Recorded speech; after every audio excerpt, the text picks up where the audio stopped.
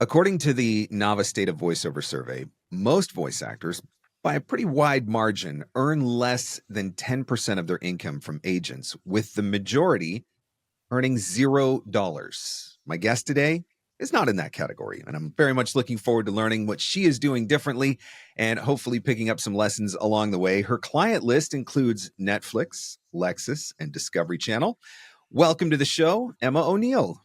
Hello. This is going to be good because I think the agent relationship is still a mystery to so many voice actors.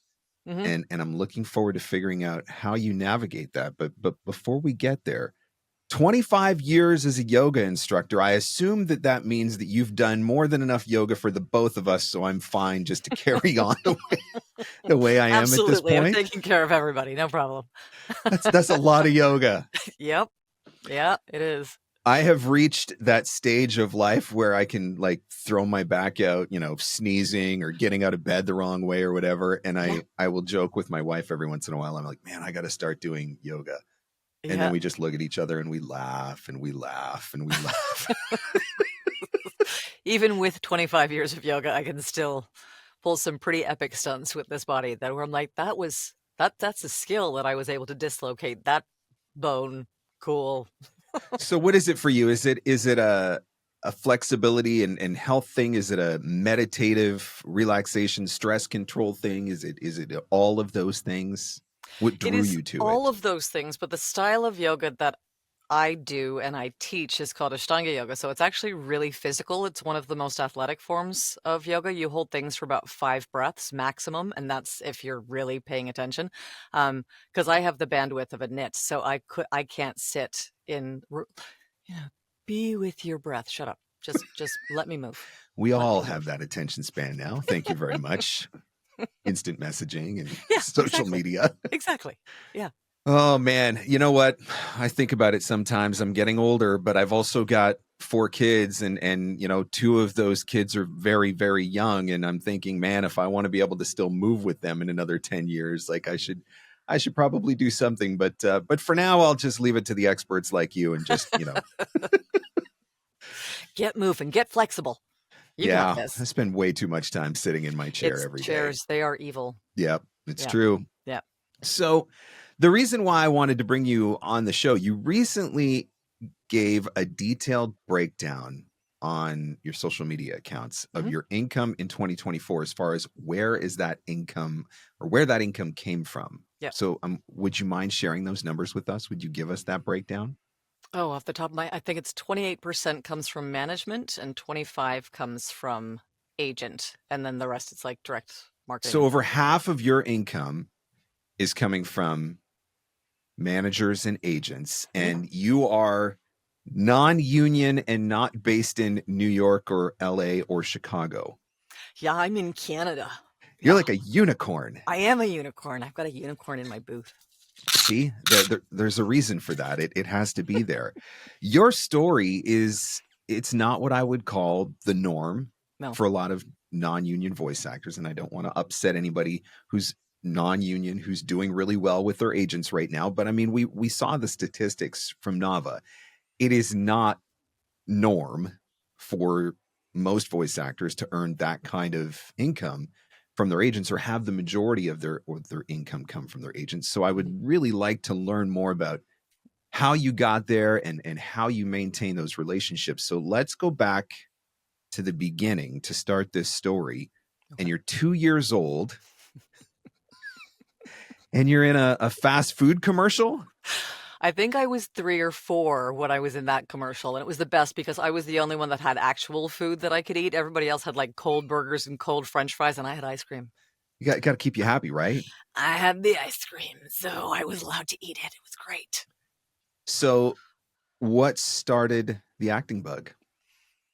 My mother was a dancer, and Okay. so it was like she just had children and placed them on the stage and saw like which one will stay. And I was the one that stayed. I was like, this is super fun. I get to play all the time. And I continued down that road. I've kind of found my place in the world was on a stage or performing. I'm naturally really shy. No one ever believes me. I'm an introvert. Um, you and I generally grace the back walls of a lot of conferences. And I think it's something that's very misunderstood about us as introverts is we can do what we have to do yeah. in a crowd when we have to do it, Mhm. but then you're just not going to see us for a while. Yeah, because we're going to go hide in our room by ourselves with the door closed. That's it. That's what I say. You know, when I come to VO Atlanta, I'm like, I love to hang out with you during the day. I want to talk to you. I want to have a conversation with you. I want to hear about how you're doing. But by 5 o'clock, I'm just gone. And it's not because I don't love you anymore. It's just because I need to go recover. And then tomorrow we'll do it all over again. Exactly. So Yeah. that's totally relatable. I guess acting has been a part of your life your entire life then. Yeah. So is it fair to say that has been a big contributor to why you've been able to succeed the way you have in voiceover, just because of the that acting background and what that gives you when you come into the booth? Yeah, I would say definitely plays a big part in that. I mean, I was on stage my entire life. I have a bachelor's degree in fine arts, um, in acting from York. It was one of those things I never stopped training. Even when I left acting for about 10 years. And when I came back to it, it was because of voiceover that I had been. It was funny because all throughout my acting life, I kind of knew what voiceover was, but it never entered into my realm of things to do. And then it was the typical, you've got a great voice, you should do voiceover, except that you're also an actor, so you have the understanding of what it is that you need to do. And I went to my first class, and that was that. I was like, oh, I get to act and be in my pajamas and not worry about what I look like. So that was 2012, is that correct? Yeah, around there. Okay. Yeah. So we make the transition. We get to go off the stage. Do you still do any on stage or on camera or anything like that? Or you Ironically, now anything on stage scares the absolute bejesus out of me. Now you put me onto a stage and I'm like, hello, my name is. I cannot function. It's wild. That is interesting, considering how big of a part of your life that was earlier. All right. Yeah. So 2012, you start doing voiceover. What does that look like? Was it agent out of the gate? Was it online casting sites? Was it combination? How did you find some of those early bookings and start to build up your portfolio? I flailed around for quite a while. I think I actually got my first demo done in 2011. So it was at Pirate Radio with Tracy Hoyt. Okay. So it was a good demo because she's a great coach, great studio, all of the things.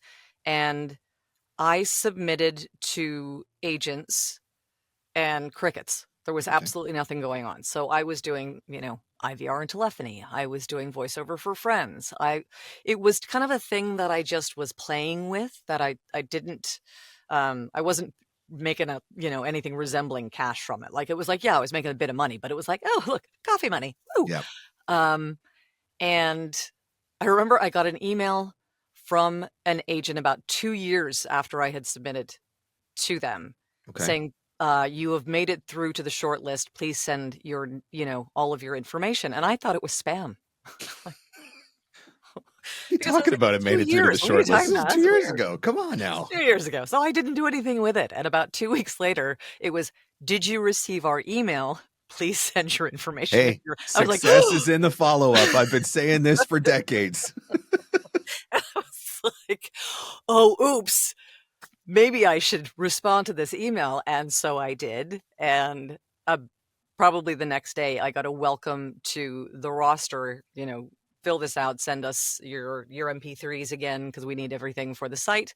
And in the first week, it's the only agency that I've ever had that magical thing that people talk about with agents, that in your first week with the agent that you book something big because you're the new voice. Right. And it was the only agency ever in the history of all of my agents that I booked something in the first week, and I took off like a rocket, to a point where the head, like the guy who owned the company, called me. And he hasn't been really involved in the agency for a long time. And he called and was like, I just need to tell you that we have not had a talent like you in a lot of years book this quickly out of the gate and this often. So what do you know what that was? Was it just you had the voice that was booking at that moment, or you just nailed the read that was going on at that moment? Was it just shiny new object? And I'm not trying to take away from your skill set. Obviously, we're just trying to, like, what like you said, it's not normal. That's not the story that normally happens. So did you ever get any kind of indication of what was going on that just made it work that way? I think it was all a combination of all of those things. It was shiny new object. It was my ability to act. It's the sound of my voice in the sense that I am a female, but I have a really deep, gravelly voice. Yep. And one of the comments that I got repeatedly from clients and from coaches was, you have a voice that women will listen to and men are not intimidated by. Mm.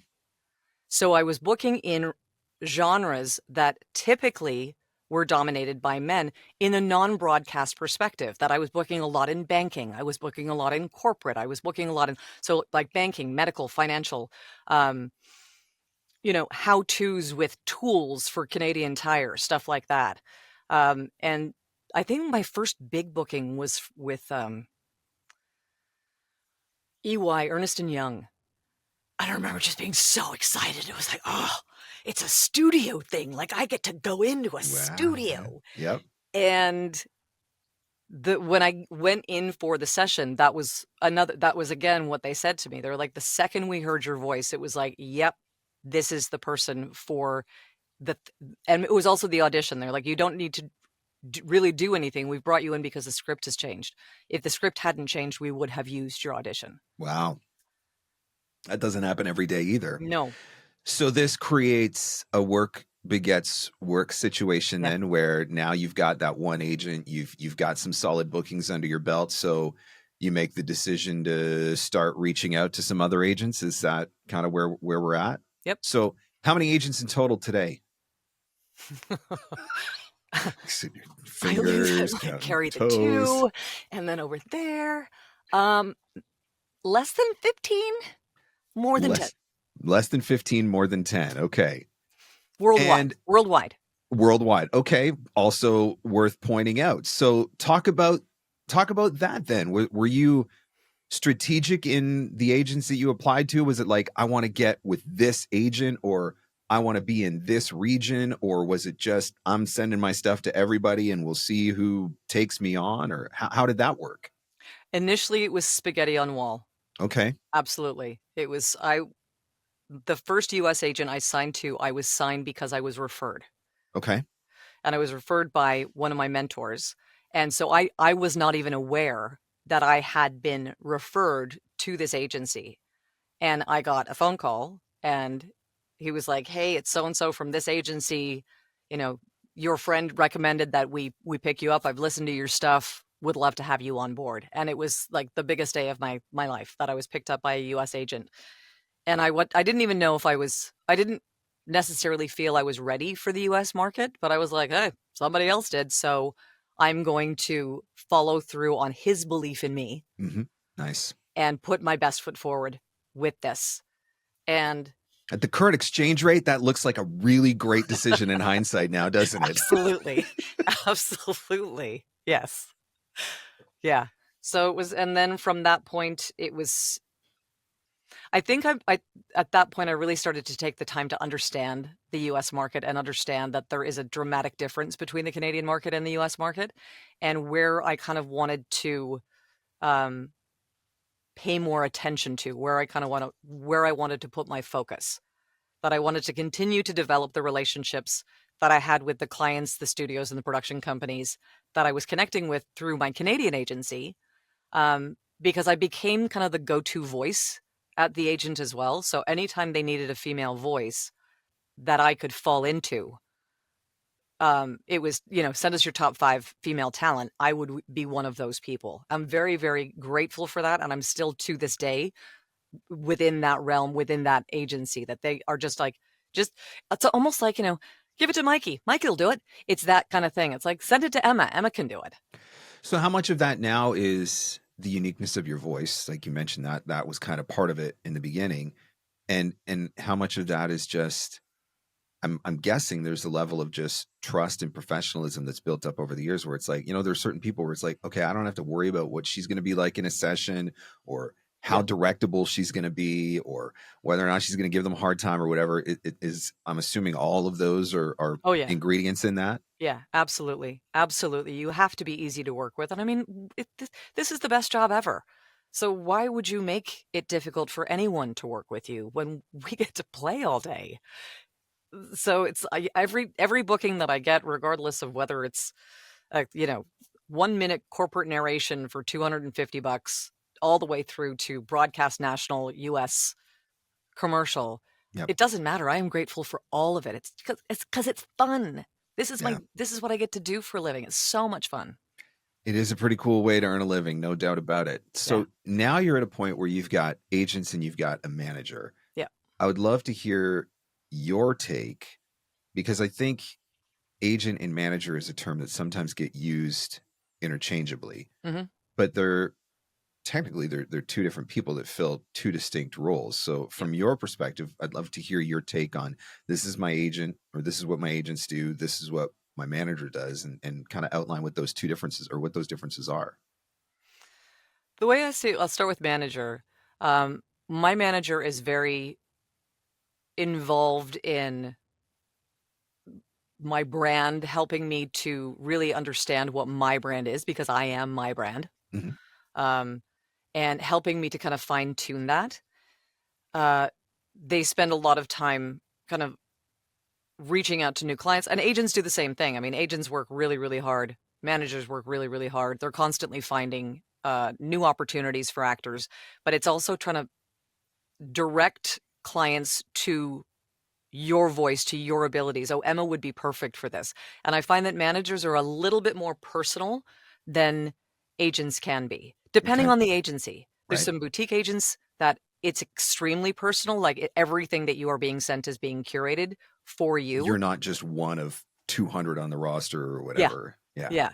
And national agents are like that as well. It's like when you get an email, or when you get an audition from your national agent, that has been sent to you. They have selected you out of a list of names to audition for that. So you put everything down, you get into the booth, and you audition for it Yep. because you were asked to do this thing. But agents, they're more the business side of things, whereas managers are more the personal side of things to help you with your business. They're helping kind of, groom you and make sure that how you're presenting yourself to the world is going to be received well and speaks genuinely and honestly about who you are and what you bring to the table.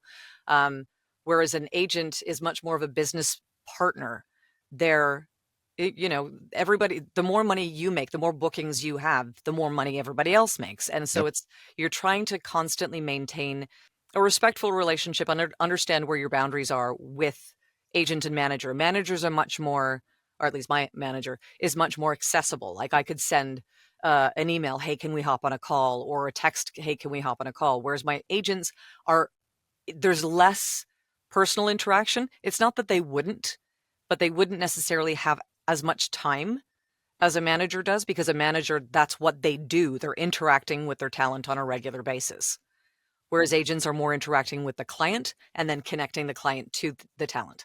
I think that's really insightful. So I'd like to explore that a little bit more then. What are you doing then, if anything, to nurture and maintain relationships? So you got it. We'll call it a dozen ish Mhm. agents. Is it just audition when they send me auditions, or is there more to that for you to keep yourself top of mind, be one of the go-to voices, be the one that they're thinking of, get those direct invites? What else are you doing to manage and maintain those relationships? It depends. It depends on the agent. It depends on the person, really. Um, like when I was one of my agents is Stuart Talent in New York. And I was in New York in the summer for my birthday, and I made a point of reaching out to Jason, who's the head of the voiceover, and said, "Can I come into the office and say hello?" And so I did, and Canadian, brought Yeah. all my maple syrup. There you In the go. middle of a heat wave, I brought maple candy. I don't think it was actual candy by the time I got it to the office, But it was still but it delicious. was still delicious, and it was the thought that counts. Yeah. So I make a point of reaching out every once in a while, being connected with them on social media, I find is helpful.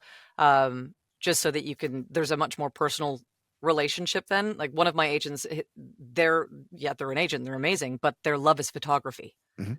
And we talk about photography. That's actually how I ended up on that roster. Nice. Was that we didn't talk about voice acting. He knew I was a voice actor. Make He had that met me at personal a connection. conference. Like, Yep. so, but at no point did we talk about voice acting. We talked about photography because my father was a photographer as well. And I saw his pictures online. I was like, and made a comment about something. And then we connected and started going back and forth about photography and what my dad did and what cameras he was using and lenses and all blah, blah, blah, blah, blah. Yep. And then flash forward, it was probably a year of talking, just developing a relationship. And it was, hey, there's a spot just came in that I think your voice would be well suited for. Send this back and send me the rest of your demos. I'm going to present you to the team. And a week later, I was on the roster. Let's talk about that a little bit. You mentioned that one of your agents came from a referral. Mhm.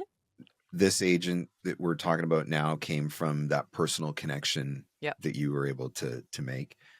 How'd you get connected with some of these other ones? Is it just go to their website and submit? Was it I met them at a conference? Was it I attended a workshop or something that they were presenting and got introduced to them that way? How do you get on the roster of a dozen reputable agents around the world? The vast majority of them I have met in Okay. some way, whether it be conferences are gold.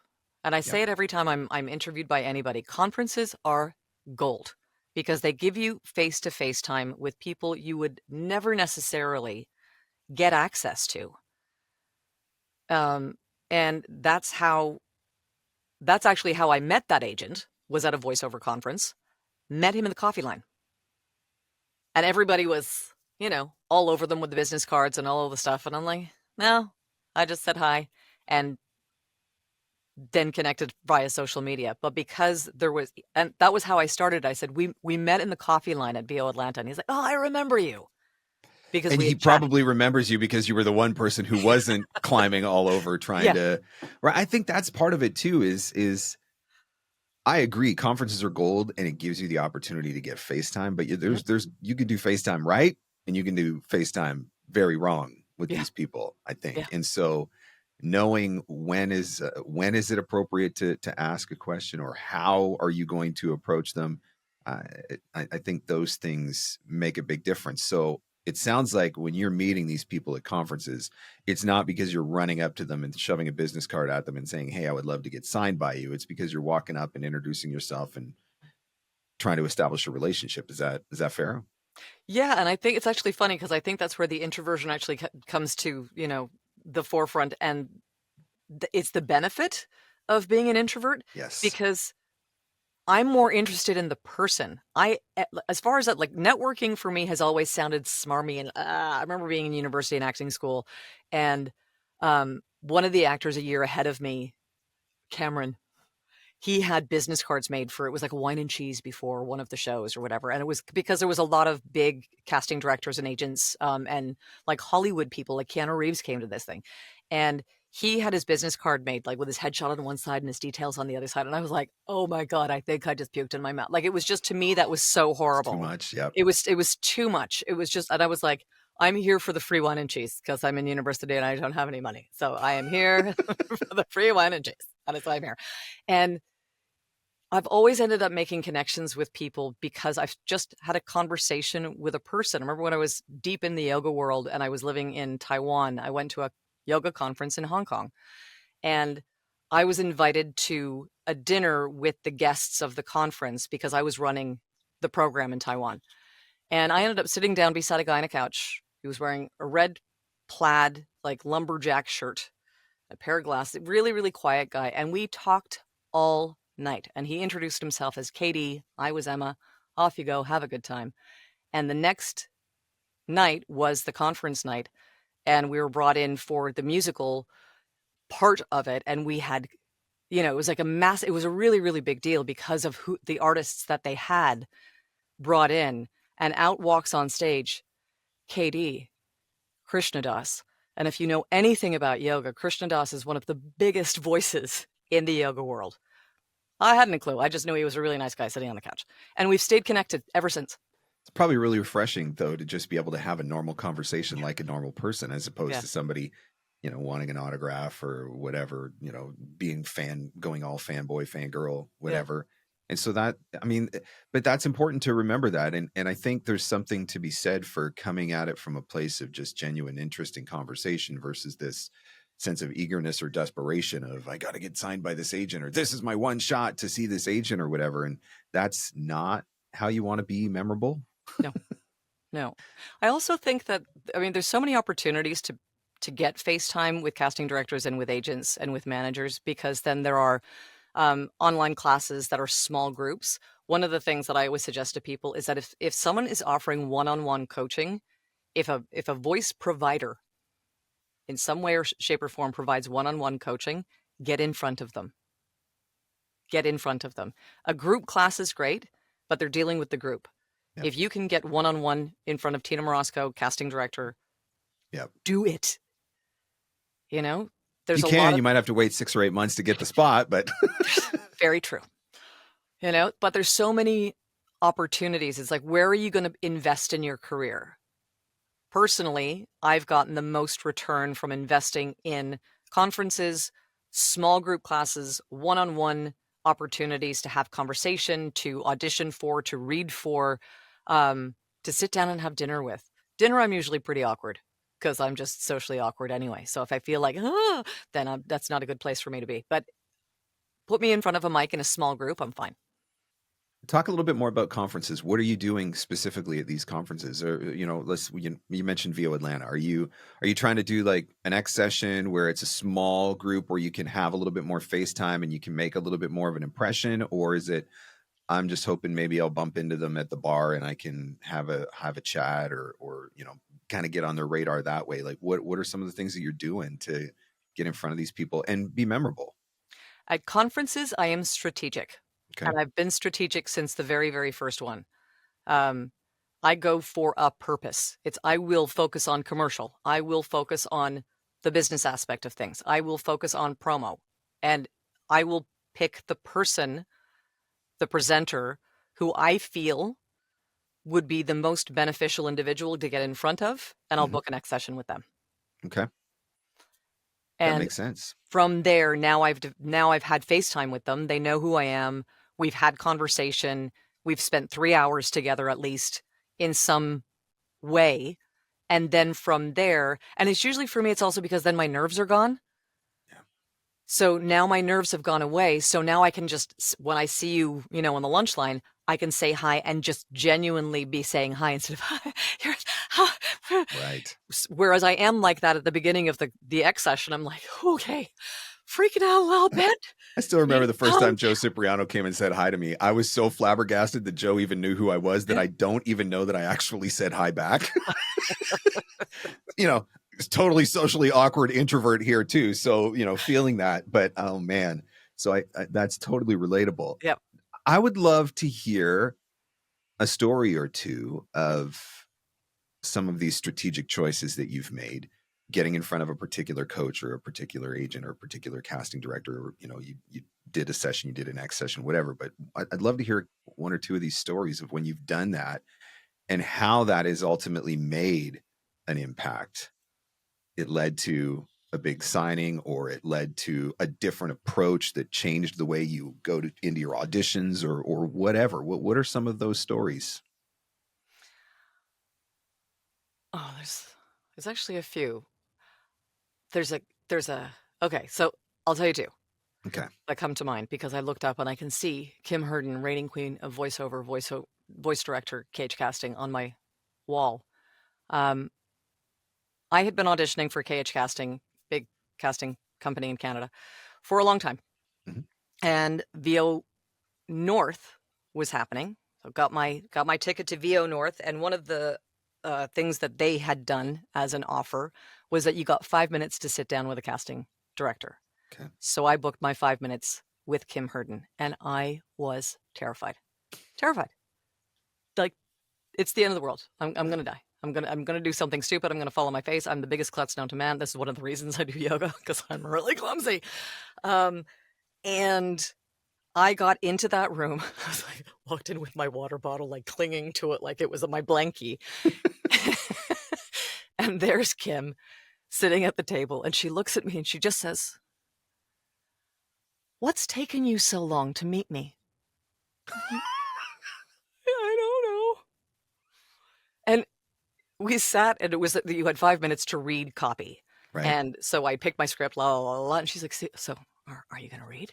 I was like, "Yeah, I'm gonna read." And I read it and was like, she's like, "Could you calm the down and just be you?" So she's obviously familiar at this point. Like, she's seen your auditions from 942 million times. Yeah. I've auditioned for this woman. And then I calmed down and I read it for her again, and she was like, "There, that's it." She's like, "Emma, all you need to do is make a decision. It will always be the right one. You're really good." From that point, Kim is now one of my best friends. Nice. So, because it was such a gift, because it got me past the casting director is, the jailer. Like, they're the one, like the We've got them gatekeeper. sitting They up want to on keep everybody out. Yeah, we've got them sitting up on Mount Olympus like they're, the god Zeus staring down upon us peons, and we're not worthy, or whatever. Like you said, your analogy is great, but that's it. We don't picture them in the right spot or in the right level, and it throws No. off our perspective, and then it becomes intimidating and overwhelming. Yeah. And the casting directors are your biggest fan. They know Yeah. exactly who you are. If you sent in more than 2 auditions to a casting director, they know who you are. They know what you're capable of. They are your biggest cheerleader. They want you to win.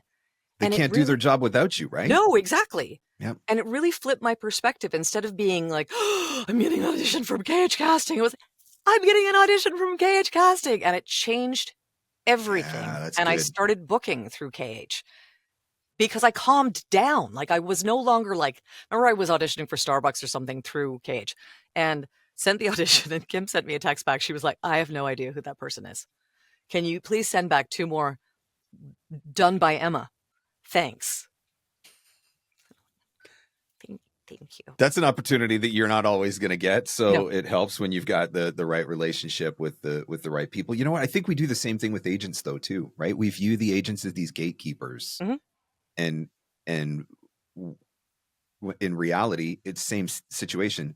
They can't do their job without us. They don't make money if we don't do well. Yep. And so it is in their interest to see us succeed and to see us do well. And so we need to stop looking at them from that perspective of, the big nasty gatekeeper, or Absolutely. the big intimidating person, or whatever. That's great. Yeah. So much of this is about relationships.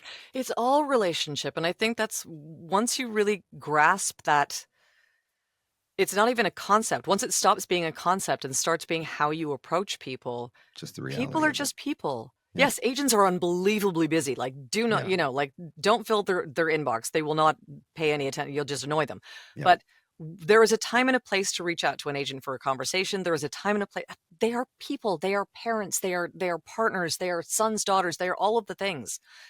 They're just like really busy versions of those people. So their time is precious. But they want you to succeed. They want you to book the job. They're sending it to you because they believe that you can. So what are we doing wrong? What do you think we're doing wrong when, I don't remember what the exact number is, but for it's like 60 some odd percent or something of us to have agents, and we're making like $0 or, 1 or 2% of our annual income. It can't just be that we all suck, because we wouldn't have got signed by the agents in the first place, right? Yeah. I'm assuming anyway.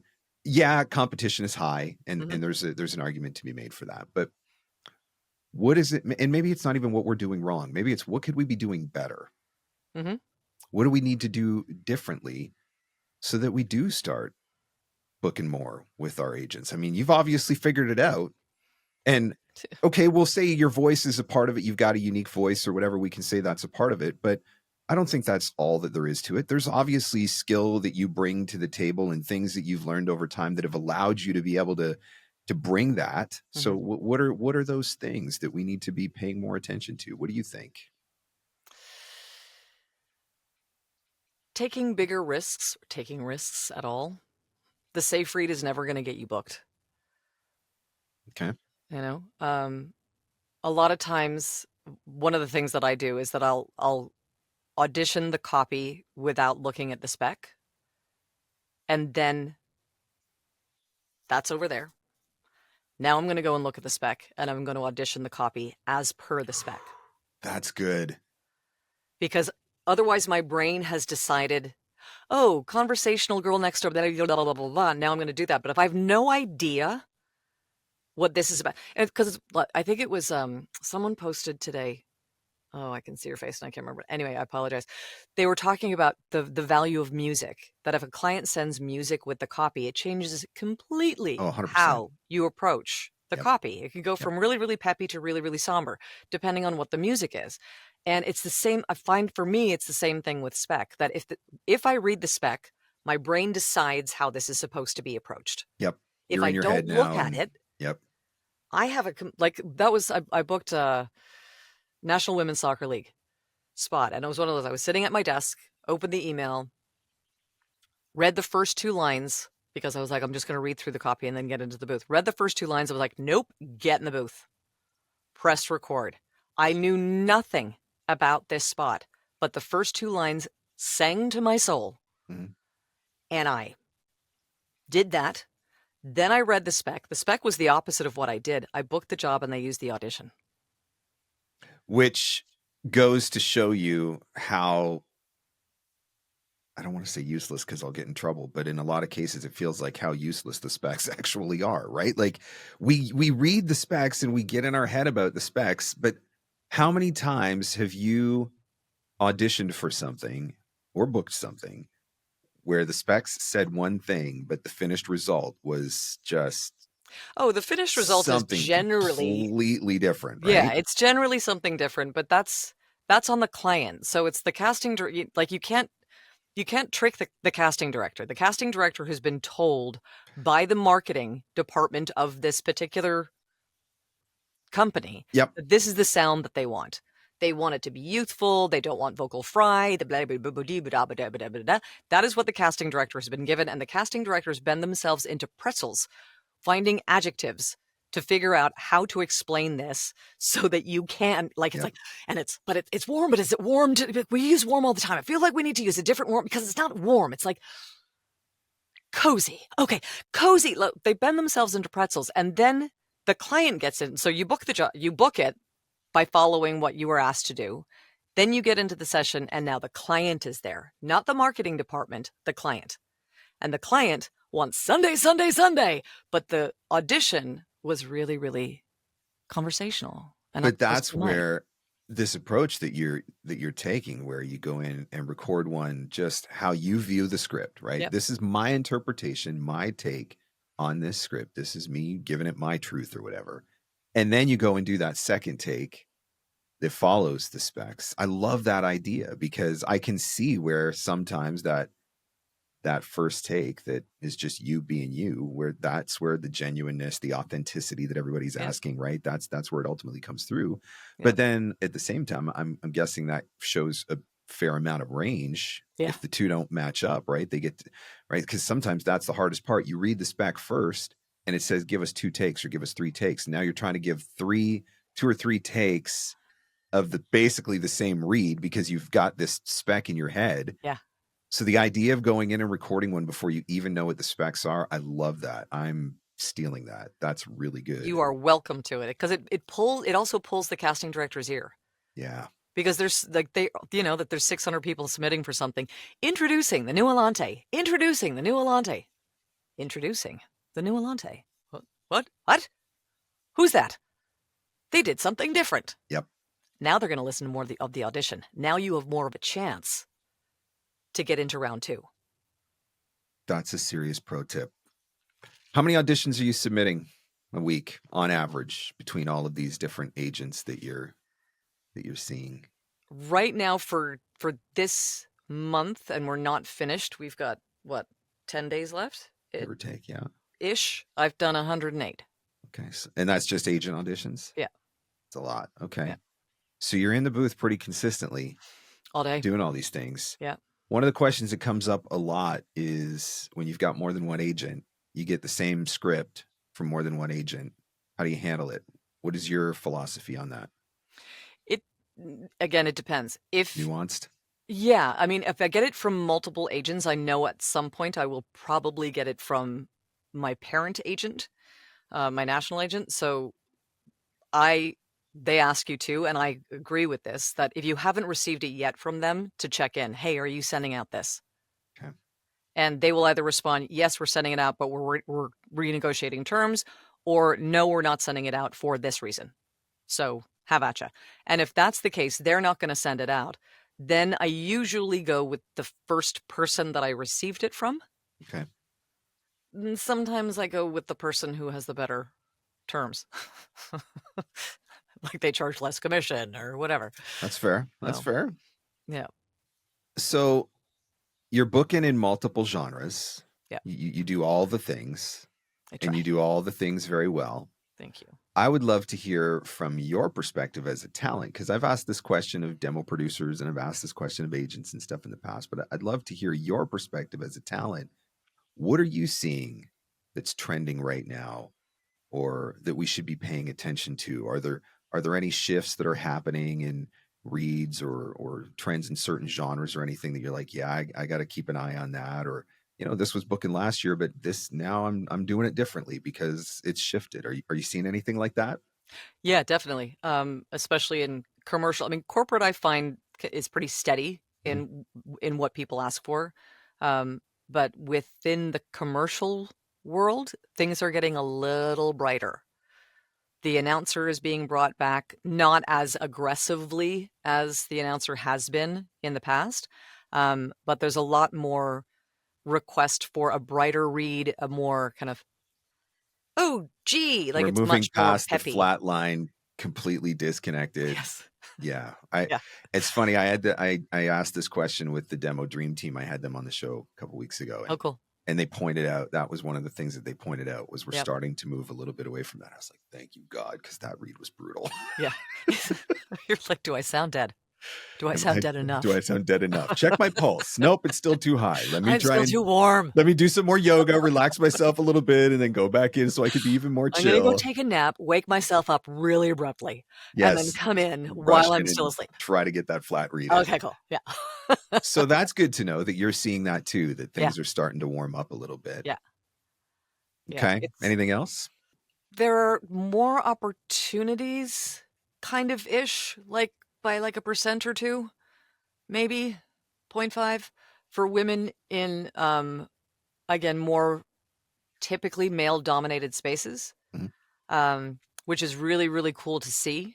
Yeah. It's still dramatic. It's interesting. I saw a comment from someone the other day saying they were arguing against a female talent had presented that there was still very, very little availability of opportunity for women within, say, sports promo, things like that, news promo.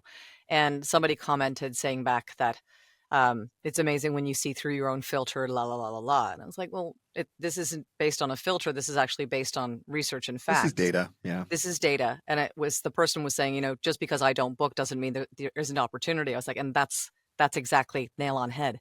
You have the opportunity to book because the opportunities are being presented to you. You're not booking. That's on you. That's on the circumstance.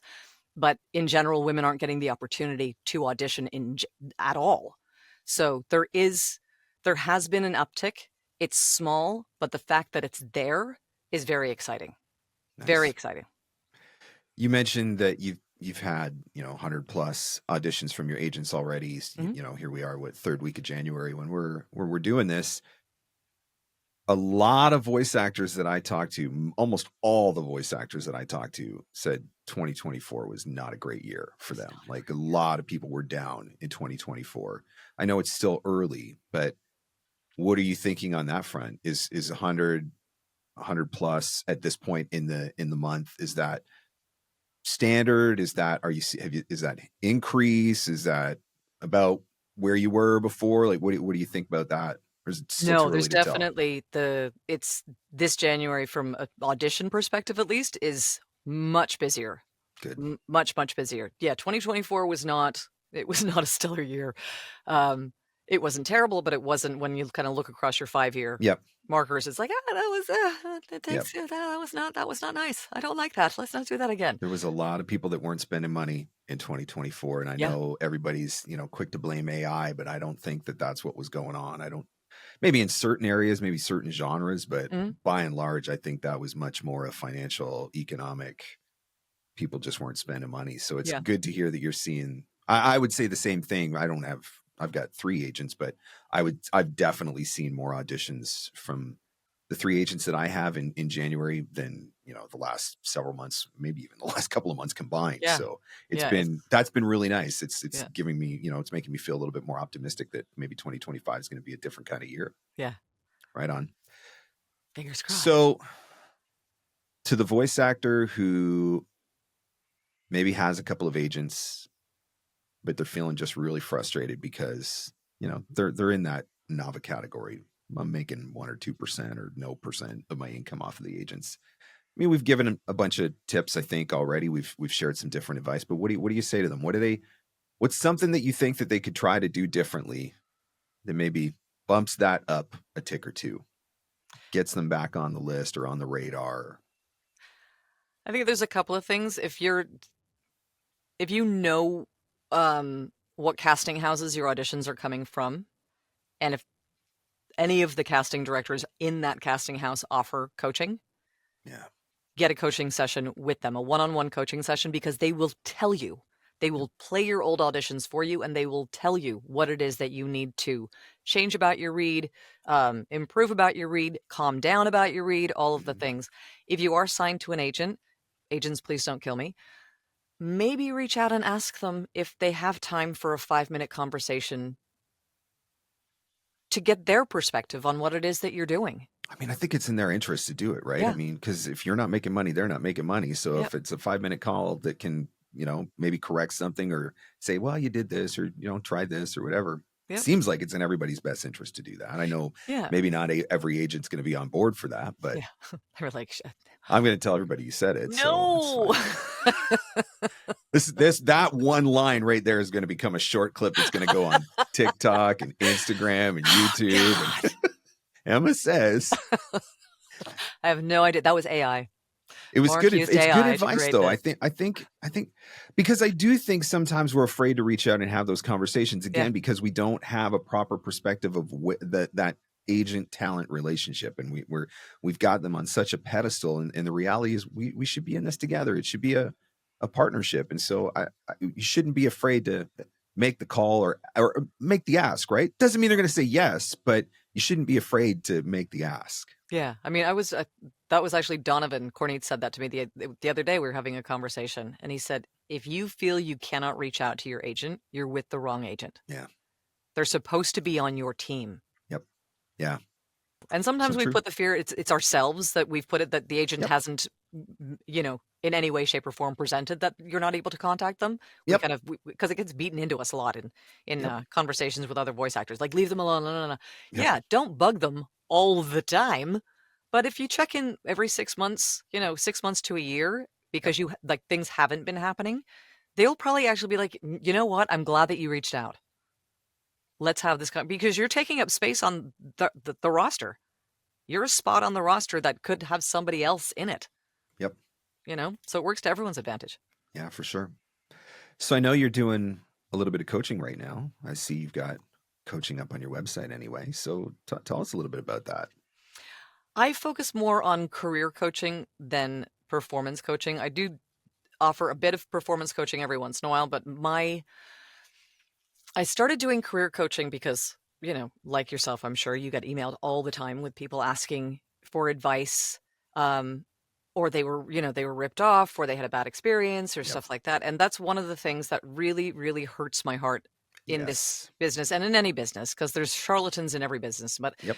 it really hurts my heart that it's, people are so excited and so gung ho, and they're throwing their last dollar at something, and only to find out that this was not a reputable company or a reputable coach. Kills me. And it really genuinely hurts my heart. And I was like, I need to, in some way, shape, or form, give back. And I did it for free for a really long time. And then it started becoming a little bit more, people were more insistent and wanted to spend more time. And it was like, okay, so I keep my rates really low.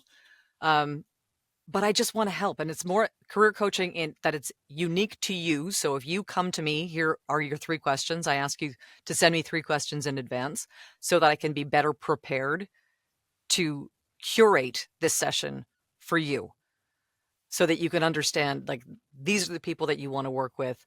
This is the direction that maybe you should be going in. And it's cool because I've worked with newbies and I've worked with 30-year veterans. And it's a real honor, actually, to do this and for people to come to me for help. I think it's the Canadian in us that cares so much. I think that's got to be what it is, because I legitimately said the only reason why I started offering the free 15-minute consults on my website was because it would literally kill me when I would have to be the guy that told somebody your demo is not marketable because they got it before they were ready, or they got it from a demo mill or whatever. And so my whole philosophy was, if I can offer some of these 15-minute coaching sessions and even save a few voice actors from going down that road, right? Like if I can catch them before it's too late and point them in a different direction, then it's worth it for me, because I genuinely do care. And it just hurts my heart when I think, like, you drop $2,000, $2,500, $3,000, $5,000 for some of these places and some of these demo mills or whatever. Like, that's not like you just go out and be like, oh, that's okay, I got 5,000 more right behind it. No big deal. No. And I genuinely care about it. And I think it's got to be the Canadian in us. We're like that, I just want to help. So if somebody wants to get in touch with you or grab one of these sessions, where do we find you? How do we do that? You can go to my website at emmaoneilvo.com. It looks like emmaoneilvo.com. That's kind of like what it looks like. Or you can just email me directly at emma@emmaoneilvo.com. Emma, this is great. I'm going to talk to Curren and David at Nava, who work on the survey. And I'm going to say, look, we're putting this podcast out January 2025. So when we do the State of Voiceover survey now for next year, we should see an uptick in the number of voice actors that are booking with their agents now, because I think you gave a lot of really good practical advice here. And I think there are things that we can tweak in our approach, or things that we can do a little bit differently, or whatever that can help get those numbers up. And I think it would actually be really fun if we actually saw something that was That would be really cool. That would be really cool. Because I play with, I put all my stats into the Nava survey. Yeah. So awesome. Well, thank you so much for doing this. I appreciate it. Thank you for the wisdom that you've shared and for the time that you gave us. And I know it's going to help some people. Thank you. Thank you for having me. It's been an absolute pleasure. And I really genuinely hope that it does.